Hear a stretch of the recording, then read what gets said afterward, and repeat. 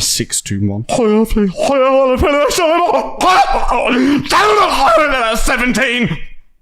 And basically, this is let that out, dude. Just a segment where we just talk about a story that's happened to us, a crazy story, and that was a good rename, dude. That's not bad, Matt. Yeah, that was a pretty. It's difficult to read. Like the spelling was on point. Don't know about the numbers, but that's a cool name. I hope that's still the name next week. Put the aircon on. I'm fucking hot. Hot and bothered. The whiskey's heating him. It's fucking really fireball whiskey. Okay, so that's this segment. Basically, we just talk about a crazy story that has happened, and in this case, we've just come back from a holiday, and which contained a lot of crazy, stupid, fuck off stories. Where to begin? Day one, a cab driver tried to steal because I have an iPhone X, right? And they're really, it's a third world country. The Balinese people, they don't have much. And I guess an iPhone X is someone dropping a suitcase of $1 million or carrying a suitcase of $1 million, the equivalent in Australia. So I leave my phone. I'm getting out of a cab. I leave my iPhone on the seat. I go to grab my phone and the fucker drives off down the road. I'm sprinting after him. This is day one. I'm sprinting after him, screaming. Some dude in a scooter's next to me sees me panicking. I jump on the back of his scooter. I say, follow that car. He's a while ahead of us now. There's a blue cab. There's fucking hundreds of blue cabs up there. We follow in this cab. We finally catch up. It's not the same goddamn driver. So I tell this little scooter dude to take me home. And then I get Michael's phone, turn on, find my iPhone. Michael's phone's only on 10%. I know my phone is only on 5%, and I know as soon as my phone dies, the Find My iPhone thing will turn off. So I jump on the back of a scooter and I say, follow this. And then we go flying around Bali, zooming in and out, and finally catch up to this separate cab driver. So the original cab driver's obviously already sold it off or given it to someone who can hack it or whatever. And then I'm knocking on the cab. I'm like, you have my phone. He's like, oh yeah, I was just coming to drop it back to you, man. Lying scum. He was not doing that. Then he wouldn't let me into the car. I was like, let me in. He's like, oh, not only if you let me drive you home. So he wanted some fucking money. So I was like, whatever, man, just open the door, because I just wanted to see where my phone was. Open the glove box, there it is. And then he charges me fucking triple price. How did you not hit him in the face or because spit it wasn't on him? It wasn't the same guy. Thing. They're connected, man. They're connected. I would have spat in his face. I was just so relieved to have my super expensive phone back in my hands, right? Anyway, next day, all is well.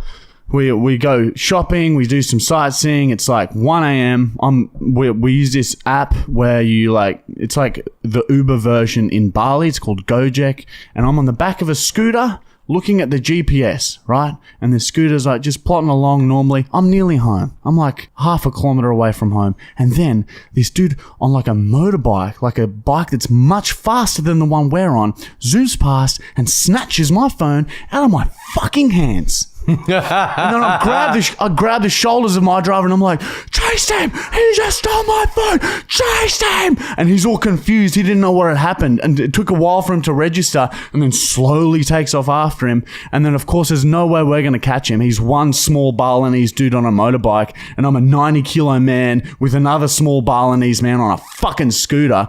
So we go home.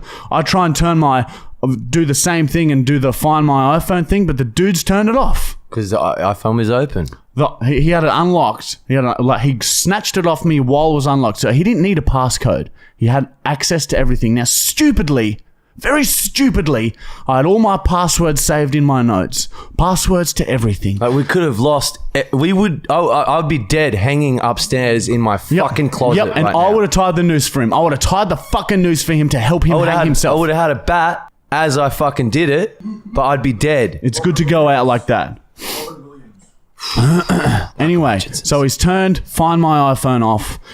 I start getting emails on my lap because I haven't brought my laptop over to Bali. I start getting emails saying, here is the passcode to reset your Facebook. Oh, your Snapchat password has been reset. Meanwhile, it's my birthday this day. The next day, it's Michael's birthday the next day. We get home at midnight and I am fucking stressing balls. I'm changing SIM cards. I'm through my mates. I'm like changing primary numbers on all our social media shit so that they send verification codes to that phone instead of the phone that's been stolen.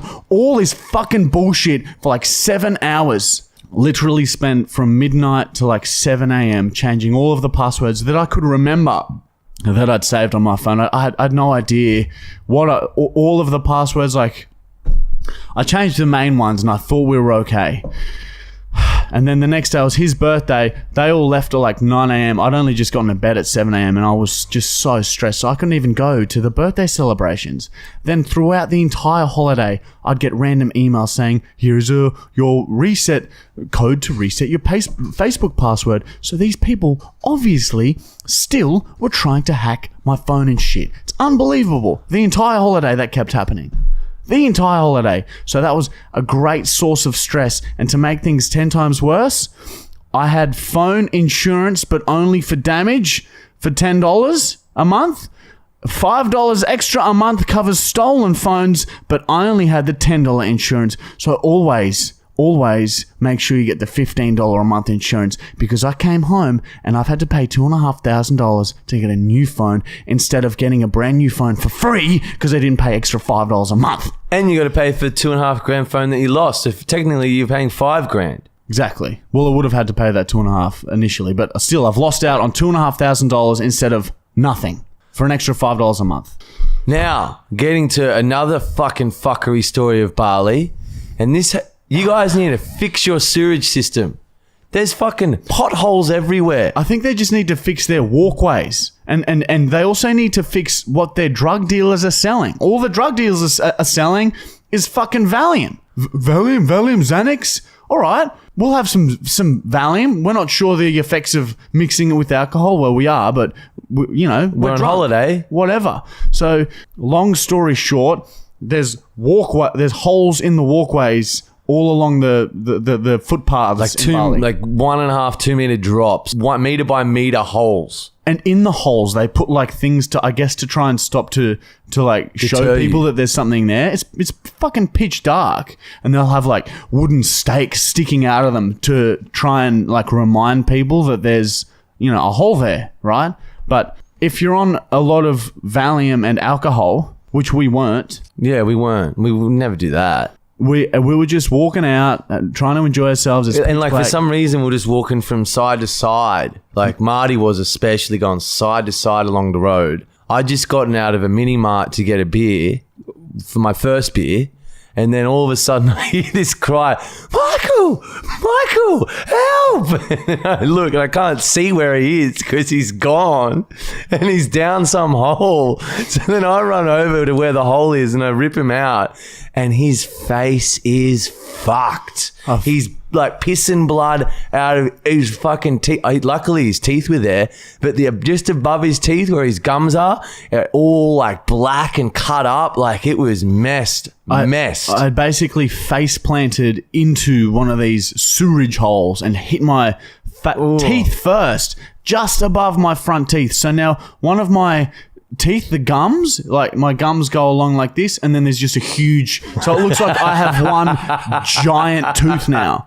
And one of my front tooth was wobbly. There was blood pouring out of my mouth. My lip was all fucked and cut up. I had cuts all over my body, and there's just this sewage water running over me. I should probably go to the doctor.